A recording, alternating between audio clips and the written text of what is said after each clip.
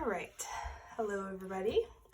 Today we're going to be looking at how to draw a single room in 1-point linear perspective. So you guys will need a pencil. I would do a mechanical pencil or a 2H or an HB pencil.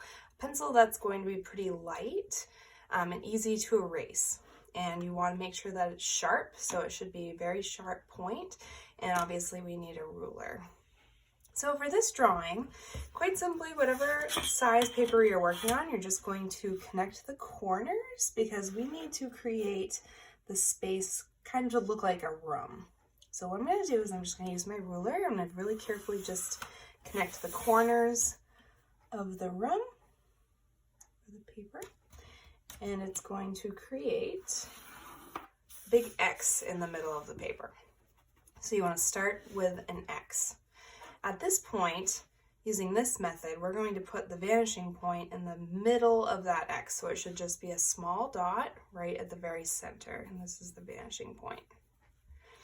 So now what we need to do is you basically need to decide how big this room is going to be and how much space we want to allow for walls and floor and ceiling. So to decide that, we basically need to put a rectangle in the middle of the page to be the back wall for this room. So when I'm doing that, I'm going to make sure that my ruler is nice and straight, but I want to give myself some decent space here. So the higher up you put that first line, and you want to line this up and make sure it's really straight. If you're using a ruler at school, I would definitely use one that has a T-square on it. That way you can line that up with the edge of the paper and make sure this is straight. And you're just going to lightly make an even rectangle for the back wall of your room.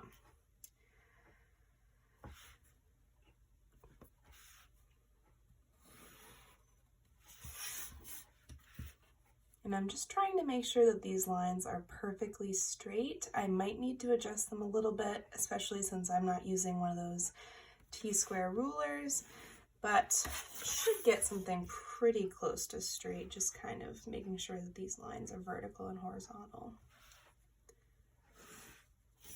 So pretty much straight.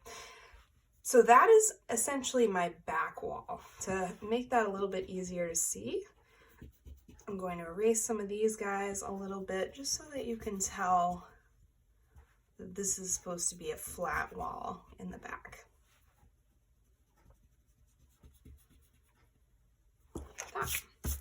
So now it basically looks like this is the ceiling, these are the two side walls, and this is the floor in my room. So that is how you set up the basic room structure.